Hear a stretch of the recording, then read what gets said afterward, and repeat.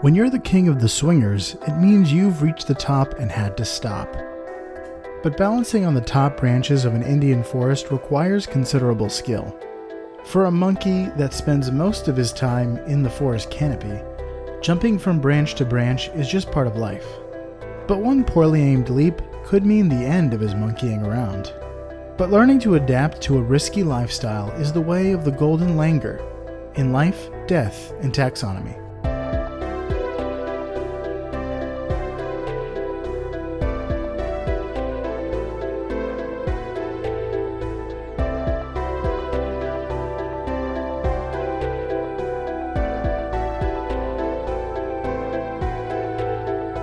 Welcome back to Life, Death, and Taxonomy. It's your 30 minutes of interesting animal information. I'm Joe. And I'm Carlos. Thank you to Cassie for the creation of our theme song. To hear more of Cassie's music, please search Cassie Michelle on YouTube or Spotify. And thank you to Johanna for the creation of this week's artwork. If you'd like to check that out, you can follow us on Facebook or Twitter at LD Taxonomy, or visit us at our home on the web at ldtaxonomy.com. And a very special thank you to our patrons, Tristan Taylor, Jesse Raspulich, and Carol Raspulich. Your support is greatly appreciated. Thank you for helping us keep the lights on. And today we're talking about a curious king with a golden crown. But more on that later. Right, more on that later. I'm in full Elden Ring mode right now. And all of that, it all fits. Golden crowns and kings and golden masks, and I was trying to think of an Elden Ring thing for this. An Elden thing. Gold. An Elden thing. But I don't know. Does anybody out there actually play Elden Ring and also listen to us? I think, there's a lot of people that play Elden Ring. Yeah. So there's a chance. But we're not talking about Elden Ring. We spent last hour before warming up our voices talking about Elden Ring. But what we're talking about today is the Gies Golden Langur. Nice. Gies Golden Langur, which is which sounds like a craft beer.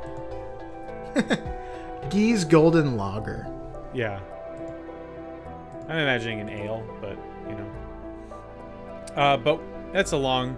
It's probably a Hefeweizen because it's golden. You can have a golden ale. It's not a Hefeweizen. Yeah, I guess. Ales I usually think of as brown to red. There's a whole subsection called golden ales. Yeah, I guess, yeah. I'm looking at some. And, I think it's Farmer Maggot in the Fellowship of the Ring calls Rosie the sweet maiden of the golden ale. She is. So yes, we're talking about Gies Golden Langur. If you don't know what that is, we'll explain it. But first, that's a long series of words. We don't want to say it every time. So instead, we're going to call it a Little Lion Man. It brings me right back to my freshman year of college when that song was on the radio all the time. And also the Simian Sunflower. I like that. You don't like the first one? I like them both, but that one especially. That was on their EP track. That was on Mumford & Sons EP track. They started with Simian Sunflower and they kind of evolved into Little Lion Man. When they started cursing. Yeah, so do you want to taxonomize this? You want me to taxonomize I would love for you to taxonomize this. All right. It's in a kingdom you know, love, and are in. That kingdom is the one and only Animalia. The phylum is Chordata, the class Mammalia, the order Primates, primates.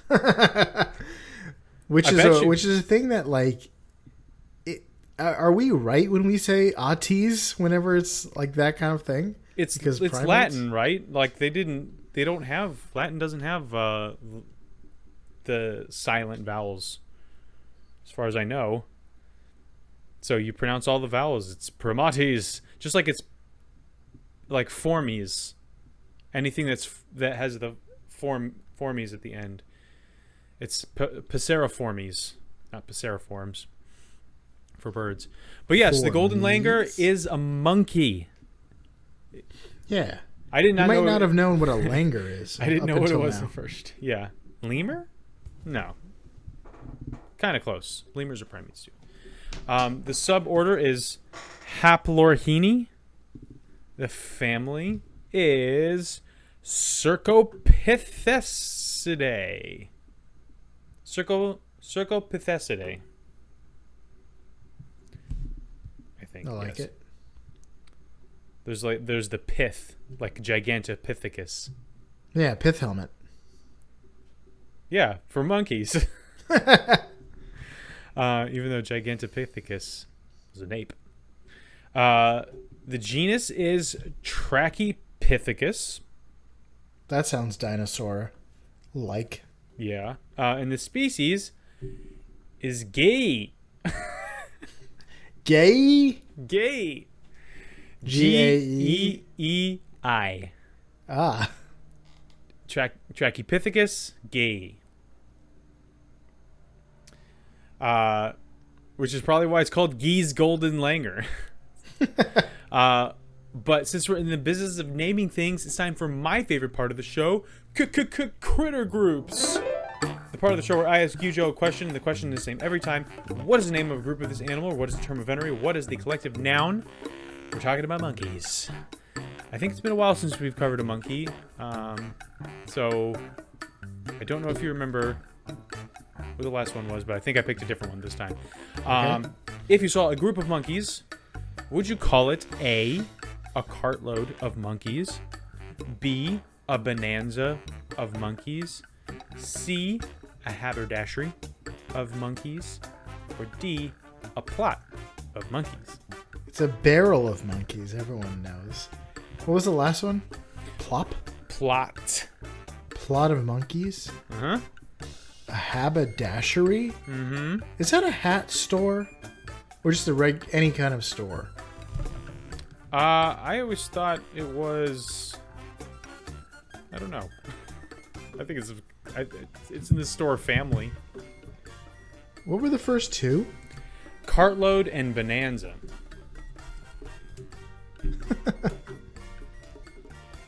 Haberdashery is for men's clothing and accessories. Ah, so I guess you could buy a hat. Yeah, I suppose.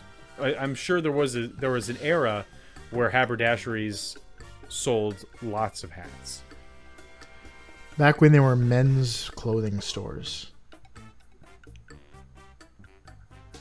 Yes. Nowadays, we buy one set of clothing on our 18th birthday, and we wear them until we're buried in them. Till they're tatters. Because But gas the men's is clothing expensive. store is called Goodwill. Goodwill towards men. That's it. That's their slogan. Outside of church clothes, I don't think I've bought anything that wasn't from Goodwill. Any clothes that weren't from Goodwill. I have a lot of clothes that are bought for me. Yeah, that's true. So it's gifts, real Goodwill, and then yes, we do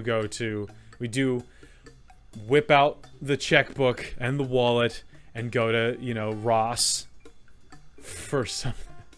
I have a button-up check. shirt. I gotta go write a check to Ross. Be right back. Excuse me, this $5.75 button-up T-shirt. Who do I make this out to? Ross, Mr. Ross himself. Is it Mr. Ross? He's definitely my favorite friend, even though he's kind of the straight man. Which is ironic. I'm gonna go with haberdashery. Why not? Is that your final answer? That's my final answer. It's incorrect. Is it The plot? answer is cartload. Wow. A cartload of monkeys. That's almost macabre. Because it's bringing up like the Black Death in my mind. Yeah, I don't know where that came from. We all know it's a troop. Yeah, Troop was I think when we did the Gorilla? no, we did the I want to call it the gelato monkey. It's the monkey with Yeah. the red heart that cheats on its spouse. Gelada. I think it's gelada. Yeah, something like that. That one we did. It was a Troop, but we haven't done a monkey in a while. So, I don't. I keep thinking of the VeggieTales silly song with Larry, where he is Larry is identifying things as either a monkey or an ape based on whether or not they have a tail. And so he just says if it's not if if it has a tail, it's a monkey. If not, it's an ape. And then Bob is like, a kite has a tail, and Larry's like, it's a monkey. He's like, you don't have a tail. And he's like, what? Huh. A kite has a tail. Wow, the peak of comedy. Yeah. I cannot wait for Mason to be into VeggieTales instead of this gobbledygook he is into with numbers. I mean, kids will colors. disappoint you in that way. He who knows what they'll be into at that some newfangled Christian vegetable based comedy.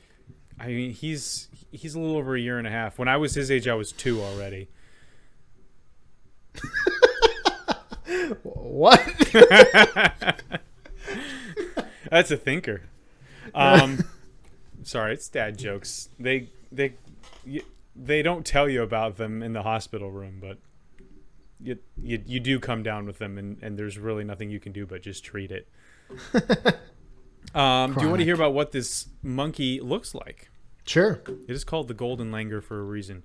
To be honest, it's part of the reason I chose it, then scrambled for a major fact. Because I follow... This is what happens when you follow Joel Sartor on Instagram. He's the guy that's doing like the photo arc for National Geographic. Oh, yeah. Like finding all these different species and taking a picture of them. And there was a stunning photo of this monkey. And you jotted it down. Mm-hmm. Yeah, it's tough. Sometimes you see like a really cool animal and you're like, that one is definitely one we're going to do. And then you're like, oh, it just looks cool. Other than that, it's pretty normal. I'm looking forward to the Johanna art of it. Yes, me too. Which the listeners are already able to watch and see.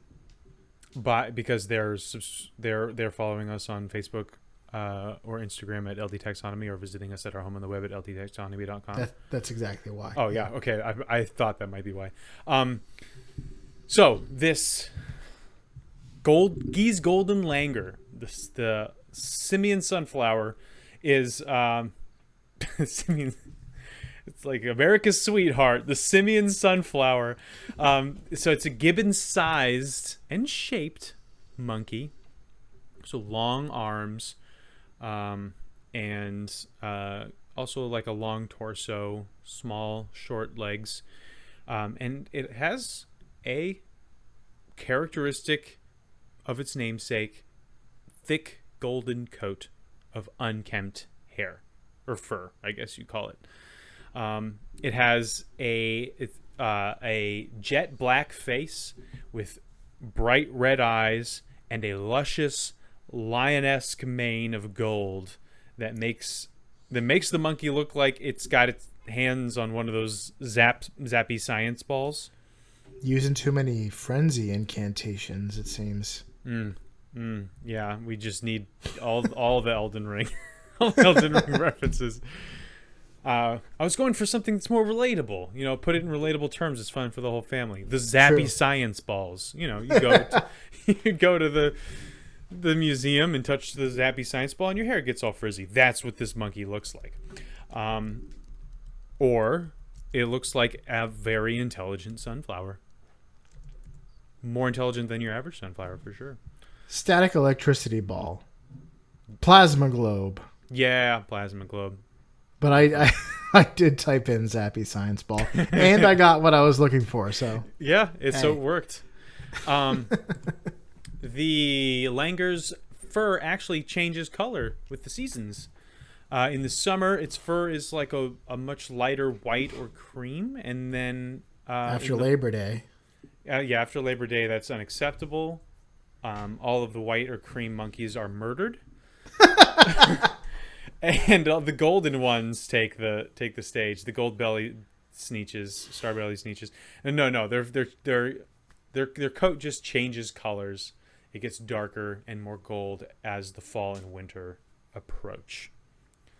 But I did say it was gibbon sized.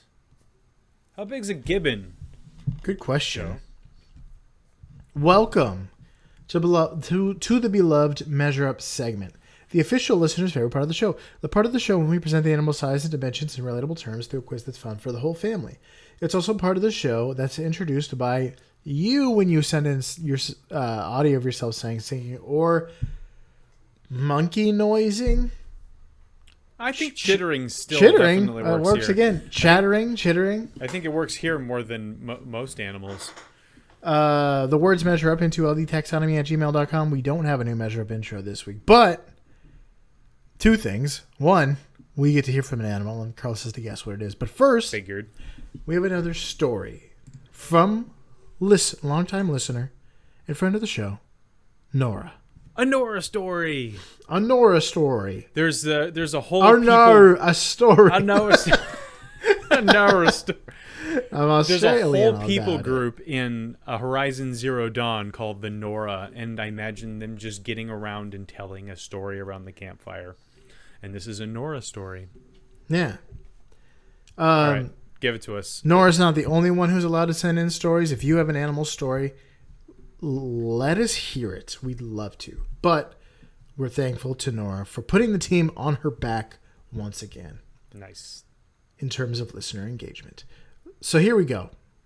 First, she says, I was sure you were exaggerating about the way we were reacting to the goldfinch.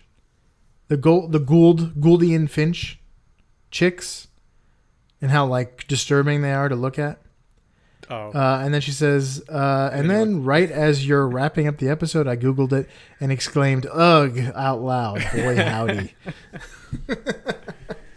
Is that the story? No, here's the story. Okay. Another fun story from my youth up north, the great white north. That's a show. Yeah. So here she goes.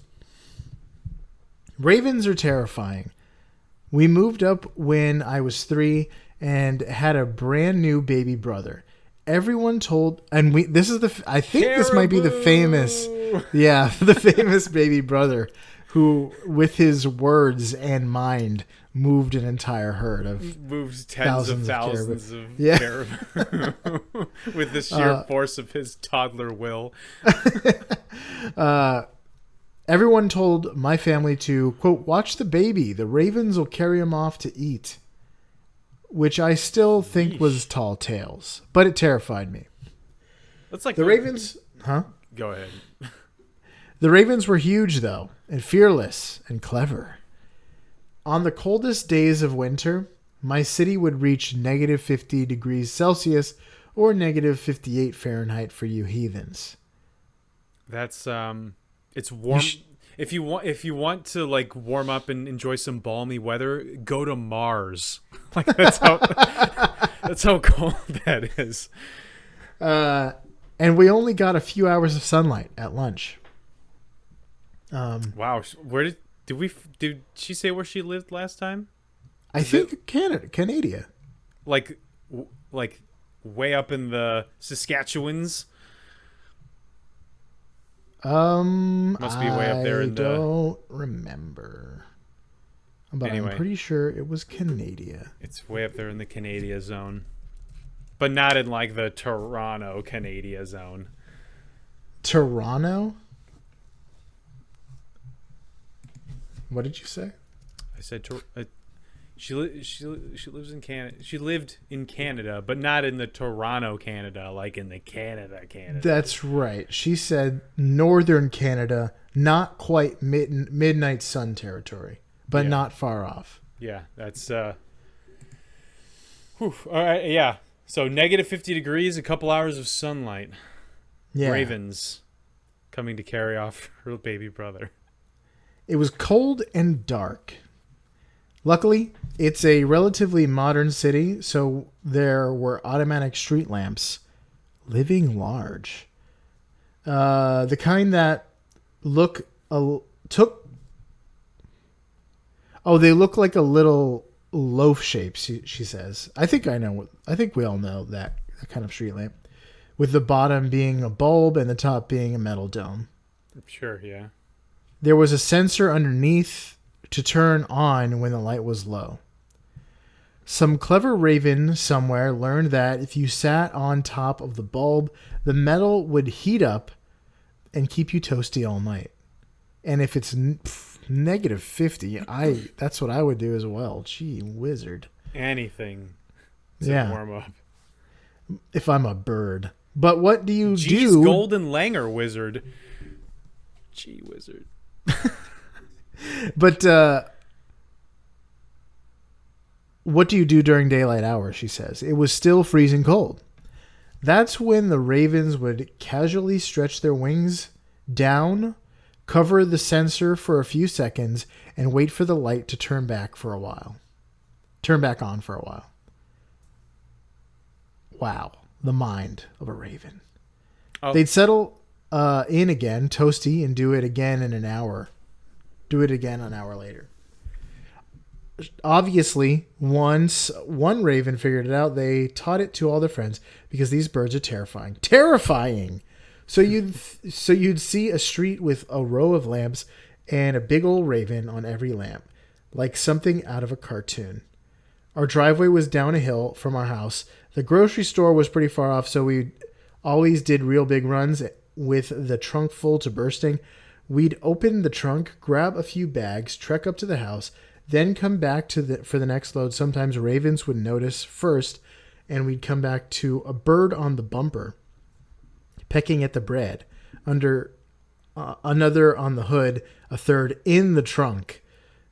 They'd watch us coming, waving our arms and trying to scare them, and wait until we were just a foot or two away before taking off. One time, with a whole loaf of sandwich bread in their talons, just stole my lunch bread. Anyway, I was legitimately terrified of these birds, and I think we should all have a healthy fear of them. She also says that turning red isn't for you. You've never been a 13-year-old girl. Those of us who have adore it. I did watch Turning Red between that episode and this episode. I said it was fine. Yeah, but it's not. You don't adore it, and it's not for you. And I agree. It's not. I don't know. There's a whole bunch of controversy around like people who say that like the movie is terrible because it only appeals to 13-year-old girls because the 13-year-old girl is the protagonist, and it's like. I don't have to be the protagonist of every movie to enjoy it. It definitely has. Like it lacks that Pixar factor where it appeals to everyone. It's definitely more of a Disney feel where it's like this is for kids and that's okay. Just that like that'll be fine. I don't have to enjoy this one. Yeah, I mean, I'm not like an 80-year-old man, and yet I like Up. I'm not a robot, and yet I like Wall-E. I liked it when Pixar was putting a new spin on things that were ordinary and doing a really good job with it. And this definitely felt very Disney Animation Studios. Yeah, I mean, the worst of Pixar is like the best of other studios, though. And again, usually. I don't think it was bad. I'm just like I wasn't like floored, and I haven't really been floored with very much of Pixar recently. Coco was probably the last. Oh yeah, great. I mean, I really liked Soul. I thought Soul was okay. I thought its ending kind of fell flat. But it like looked he's great. A musician. Also, when it comes to, I responded to this. I have thoughts on Fahrenheit because you call us heathens for using Fahrenheit. Celsius is great for cooking because it gives you a boiling point and a freezing point that is very easy to remember. But Fahrenheit is better for temperature, for like weather temperature, because the difference between a degree in Fahrenheit means more. Like it's easier to pinpoint the feeling of a degree in Fahrenheit. This is the opposite. This is the only area where it's the opposite. Usually, the metric system has very small units and allows you to very precisely measure things, and then the imperial system has these big dumb units, like where the smallest thing is an inch or an ounce or a teaspoon, and so it makes it really hard to measure things that are very small without the metric system. But in this case, Fahrenheit is the more precise measurement because there's more of them. Fahrenheit for weather. Actually, Celsius Kelvin would be the best, I suppose. Well, I said Fahrenheit for weather, Celsius for cooking, Kelvin for science. Kelvin for science, because that has to be the most precise. But I mean, just remember that freezing is 32 and boiling is 212. There it is. Just put that on a sticky note behind your stove and then use Fahrenheit. Although my stove just goes to, I guess like ovens and stuff have specific. Anyway, that's a very interesting story. If like I was just thinking, there's a Hitchcockian fueled fear response with ravens. It might also be because they're carrion birds. Vultures are carrion birds. I guess if like there was a bunch of vultures kind of just staring over me, I'd be a little weirded out. Yeah, and they're like often like creepy omens in movies, like westerns. And they make an unsettling caw sound, and they're not even in westerns, just in any movie where the characters enter the forbidden forest. There's crows and ravens and stuff like that. Well, that's true. That's just it. It's not just an omen. It just means like you're in danger. That's that's what the caw of a raven says, or the caw of the raven just says nevermore. Nevermore. Yeah, which you can also teach real ravens to say. Of course, because in a deep, creepy voice. That's also creepy. Nora, if you haven't heard that, or other listeners, look up ravens that learn to speak human words. The words that are ours, they have taken.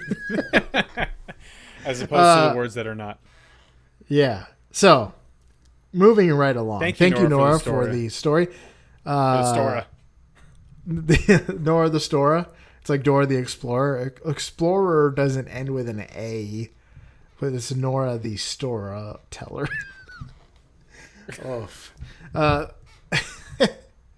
Let's hear from an animal, and then you have to guess what it is. This time, you're guessing the cartoon monkey. You're having a blast with this. You just opened up a whole door. Yeah. Of new possibilities with that spider thing last time. I've done this before the spider. Have you? Yeah. I can't remember when, but I remember doing it. Yeah, but without further ado, the listener's favorite part of the show.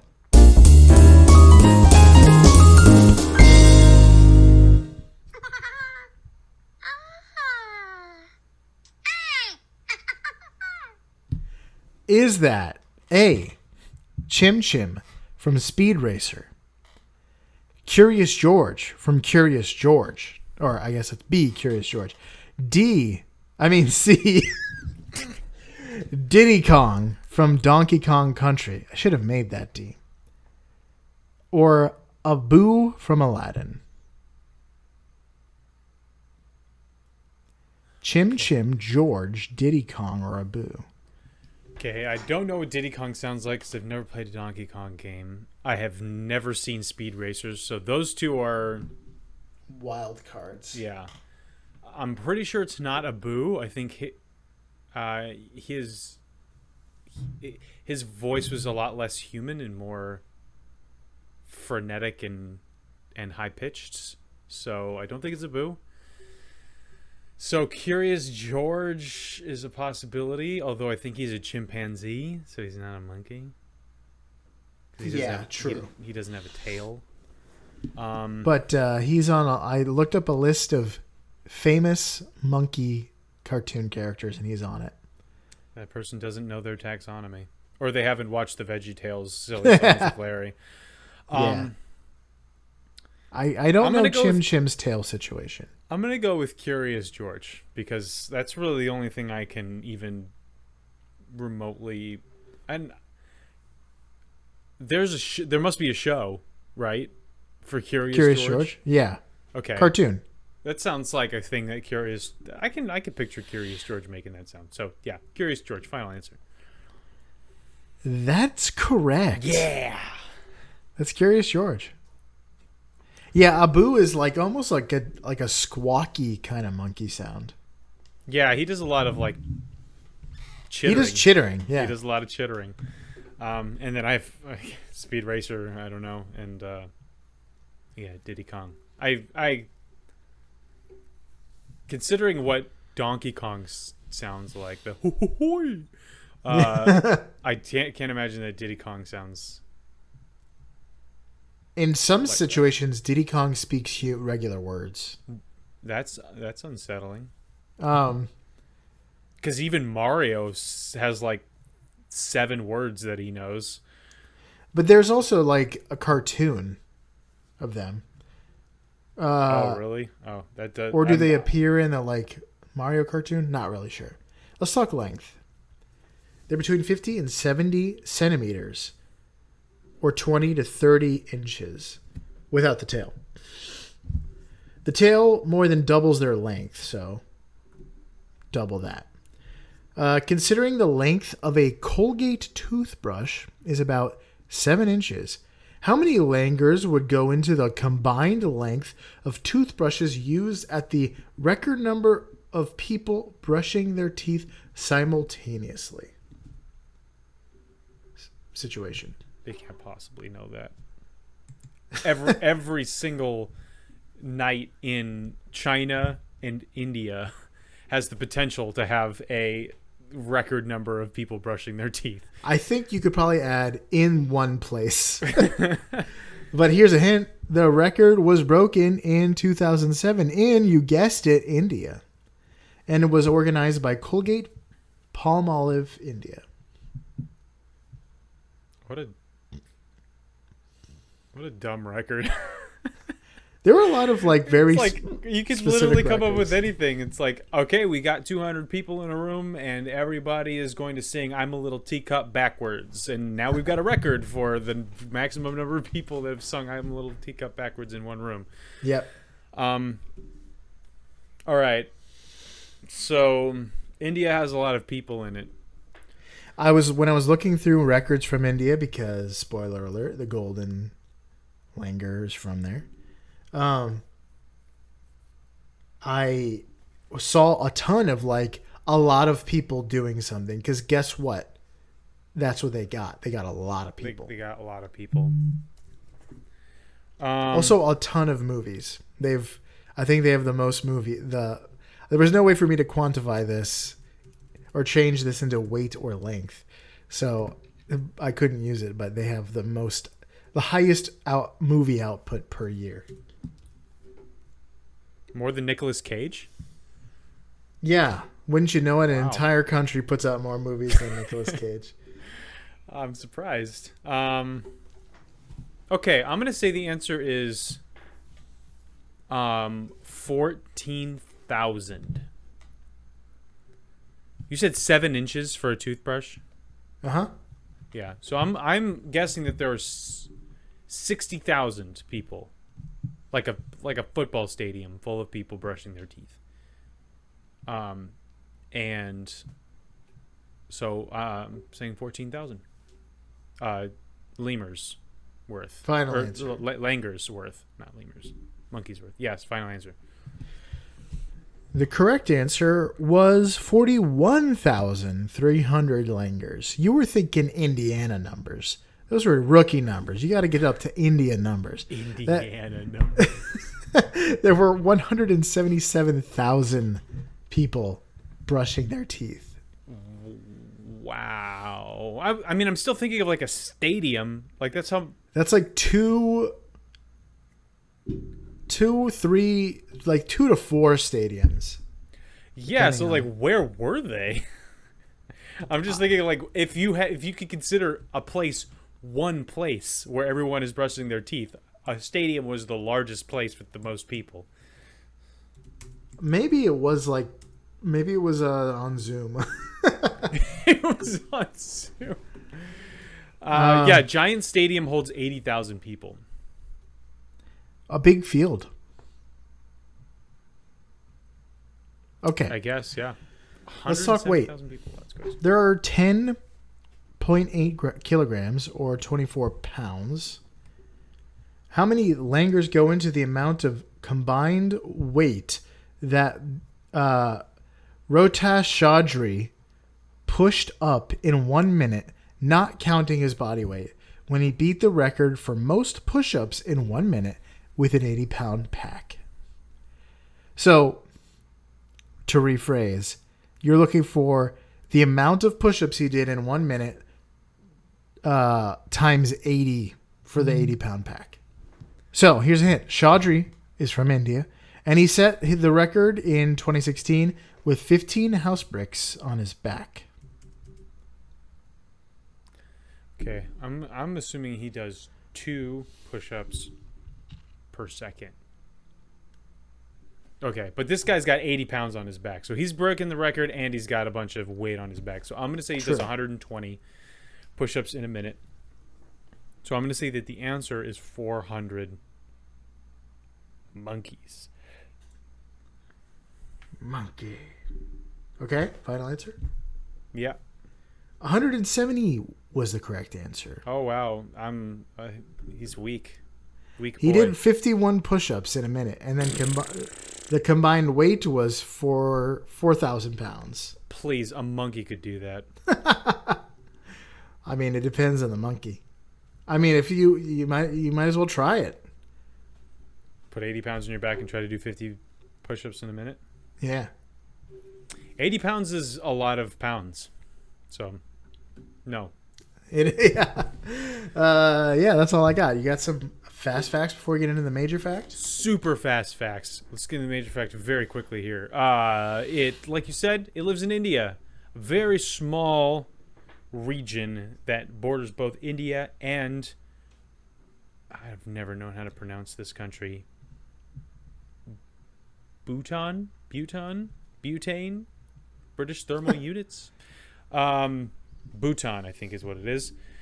And up in it lives in the mountains, in trees and things like that. It eats fruits, leaves, seeds, and flowers. Completely herbivorous.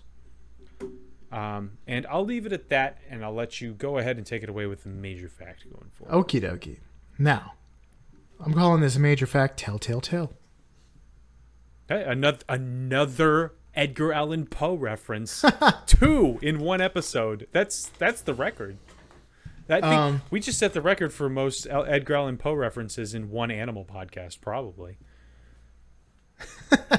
Yeah, call up Guinness.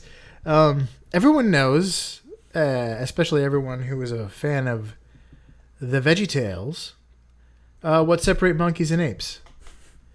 But monkey tails aren't all the same. Some monkeys have prehensile tails, which means they are flexible and articulated enough to wrap around tree branches and grab onto things. It acts like an extra limb. Other monkeys don't have that ability, even though they have long tails. The biggest determining factor of which you have, if you're a monkey, seems to be the ocean and which side of it you're on. The Atlantic Ocean. Or I guess the Pacific Ocean. Technically either one. Yeah. The New World monkeys in the Americas, like the spider monkey, have prehensile tails, while Old World monkeys, like the golden langur, don't. One of the theories as to why monkey tails are different is the vine theory. The theory is that tropical forests of the New World have a larger network of tangled vines that connect trees than the Old World forests. And monkeys in the Americas use the vines to travel from tree to tree. So since vines are potentially treacherous when it comes to climbing, prehensile tails act as a tether to use in case the vine they're holding onto breaks. Since prehensile tails are more of an energy cost than regular tails, Old World monkeys never had the need to invest points into it. They didn't have to invest points in Dex. No. Yeah. Pure Dex build. Dex instead they put it in faith. But even in the Old World, there's a big difference between baboon tails and langur tails. Even though they aren't prehensile, golden langurs have long, prominent tails. In fact, they are more than half their body length. So what are they for if they can't grab onto tree branches? Why have so much...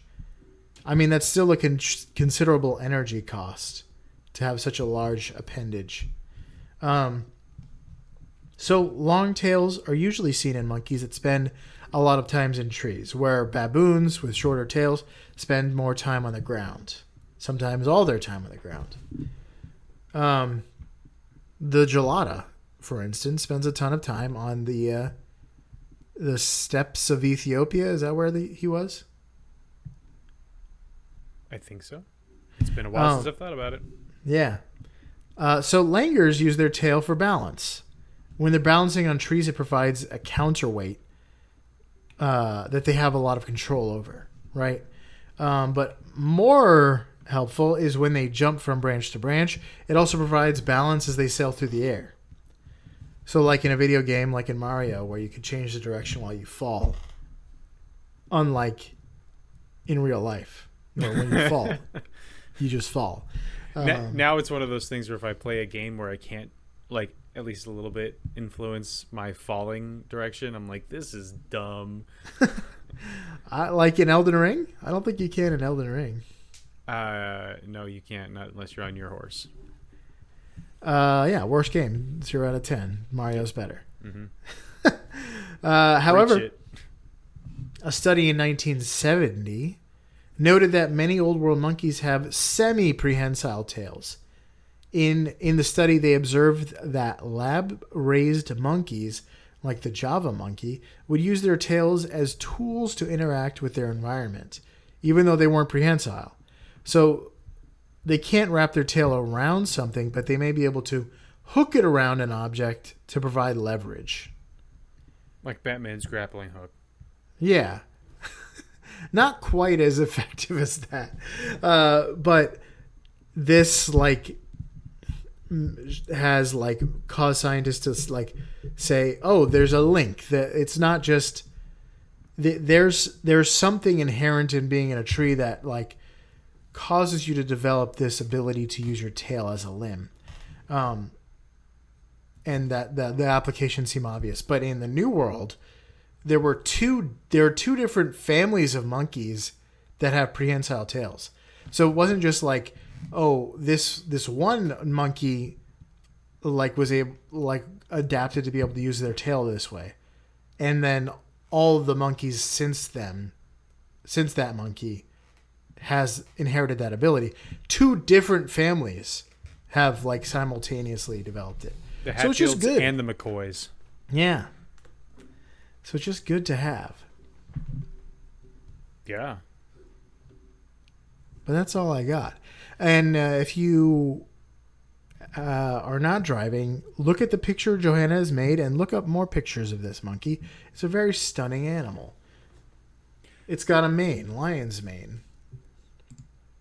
Yeah, and I want to. You mentioned that its tail was half of its body length. It is longer than its body. I said more than half of its body length. It is more than half of its body length, but it also is longer than its entire body. Oops. Oh yeah. Oh, I guess if you measure it, it makes up its more tail, than half of its body length, including the tail. Yeah, okay, I see what you're saying. Yeah, so its tail can be up to like 40 inches. And so that's over a yard long, and then its body is up to 30 inches. Yeah. So that is a long tail. And I feel like if you're in a tree and then you have predators, having a long tail would be less ideal. There'd be like a what is it? A law of diminishing returns where the danger of having something grab your tail and yank you to the ground outweighs the benefit of having the extra balance. Yeah. But I guess it hasn't reached it yet. Or just it's also like a thick furry tail. Yeah, just begging for a leopard to bat at it like a kitty cat. And then get a snack at the end of that rainbow. At the end of that golden sun. All right. You got anything else? That's all I got. All right, so that was G's golden Langur. Jeez. Who's that? Like Freakazoid? Jeez. You're having a good time until you showed up. So for you out there in Podcastia, hang out in a tree, brush your golden locks, and always use your tail to your advantage, like the golden Langur here in Life, Death, and Taxonomy.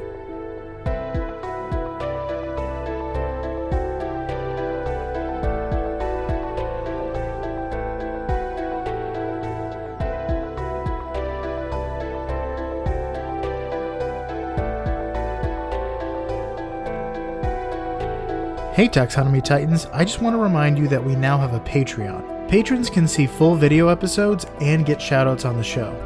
But ultimately, it's a way for you to help us cover some costs and get even better. Still, reviews are the best way to help us grow. So if you haven't left one yet, we'd really love to hear from you. As always, thanks for listening and engaging.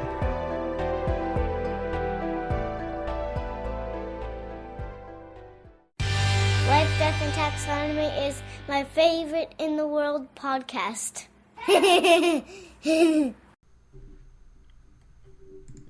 They also kind of have a Voldemort nose. That's kind of just a standard monkey nose. Like flat and with a protruding, like a Simpsons jaw. Simpsons mouth.